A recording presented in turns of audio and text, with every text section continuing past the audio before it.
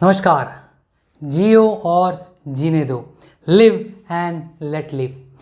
ये शीर्षक क्यों है, इसे समझने के लिए एक छोटी सी घटना आपके साथ शेयर करूंगा। चंद्रगुप्त मौर्य के बेटे और सम्राट अशोक के पिता मगध सम्राट बिंदुसार ने एक बार अपनी सभा में सभी से पूछा कि देश के खाद्य समस्या को सुलझाने के लिए सबसे सस्ती वस्तु क्या है। मंत्री परिषद और दूसरे सभी सदस्य सोच में पड़ गए।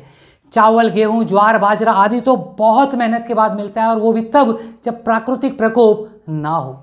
ऐसी हालत में अन्न तो सस्ता हो ही नहीं सकता है।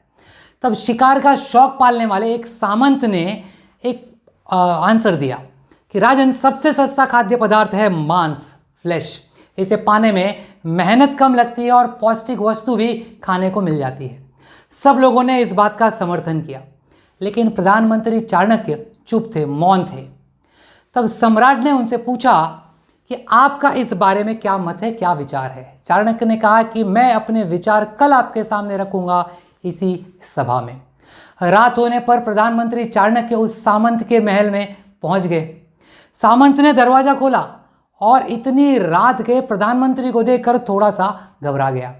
प्रधानमंत्री ने कहा, शाम को महाराज अचानक बीमार पड़ गए और राजवैद्य ने कहा है कि किसी बड़े आदमी का हृदय का 2 तोला मांस मिल जाए तो राजा के प्राण बच सकते हैं। इसलिए मैं आपके पास आपके हृदय का सिर्फ 2 तोला मांस लेने आया हूं। इसके लिए आप 1 लाख स्वर्ण मुद्राएं ले लीजिए। अब यह सुनते ही सामंत के चेहरे का रंग उड़ गया। वो सामंत चाणक्य जी के पैर पकड़कर माफी मांगने लगा, उल्टे उन्हें ही 1 लाख स्वर्ण मुद्राएं देकर कहने लगा कि इस धन से वो किसी और सामंत के हृदय के मांस का टुकड़ा ले लें। अब प्रधानमंत्री बारी बारी सभी सेना अध्यक्षों के यहाँ, सामंतों के यहाँ पहुंच गए।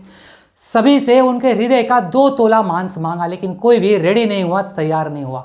उल्टे सब ने अपने बचाव के लिए प्रधानमंत्री को 1 लाख, 2 लाख, 3 लाख, 5 लाख तक स्वर्ण मुद्राएं दे दी। इस प्रकार करीब 3 करोड़ स्वर्ण मुद्राएं कलेक्ट हो गई, इकट्ठा हो गई। और ये सब लेकर प्रधानमंत्री सवेरा होने से पहले अपने महल पहुंच गए। जब सभा का टाइम हुआ, प्रधानमंत्री ने राज्यसभा में राजा के सामने वो 3 करोड़ स्वर्ण मुद्राएं रख दी। सम्राट ने पूछा, ये सब क्या है? तब प्रधानमंत्री ने बताया कि वो 2 तोला मांस खरीदने के लिए निकले थे। इतनी धनराशि इकट्ठा हो गई, लेकिन फिर भी 2 तोला मांस नहीं मिला। चाणक्य जी बोले, राजन, अब आप स्वयं विचार करें कि मांस कितना सस्ता है। राजा ने पूरी बात समझा चाणक्य से। जो सामंत और सेना अध्यक्ष मांस को सस्ता होने का समर्थन कर रहे थे, वो लज्जित हो गए। फिर चाणक्य बोले, जीवन अमूल्य है। हम ये ना भूलें कि जिस तरह हमें अपनी जान प्यारी है, उसी तरह सभी जीवों को भी अपनी जान उतनी ही प्यारी है। लेकिन वो अपनी जान बचाने में असमर्थ हैं, और मनुष्य अपने प्राण बचाने हेतु हर संभव प्रयास कर सकता है, बोलकर, रिझाकर, डराकर, रिश्वत देकर, अलग अलग तरीके से। पशु ना तो बोल सकते हैं, ना ही अपनी व्यथा बता सकते हैं, व्यक्त कर सकते हैं। तो क्या बस इसी कारण उनसे जीने का अधिकार छीन लेना चाहिए? पशु हमारे नहीं, भगवान के हैं।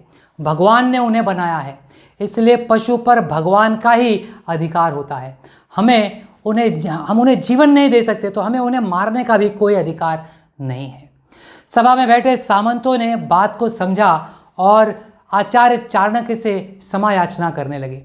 भगवान ने कहा है, हिंसा पाप है, प्राणियों पर दया पुण्य है। जैसे हम जीना चाहते हैं, वैसे ही पशु, पक्षी, मछली भी जीना चाहते हैं। जैसे हमें जीने का अधिकार है, वैसे समस्त प्राणियों को भी जीने का अधिकार है। जो पाप करता है, उसे पाप का फल भुगतना ही पड़ता है। शुद्ध आहार शाकाहार, मानवाहार शाकाहार। अगर ये कहानी, ये वीडियो अच्छी लगे तो हर व्यक्ति को ज़रूर भेजें। फिर मिलेंगे अगले वीडियो में नए टॉपिक के साथ। हरे कृष्णा।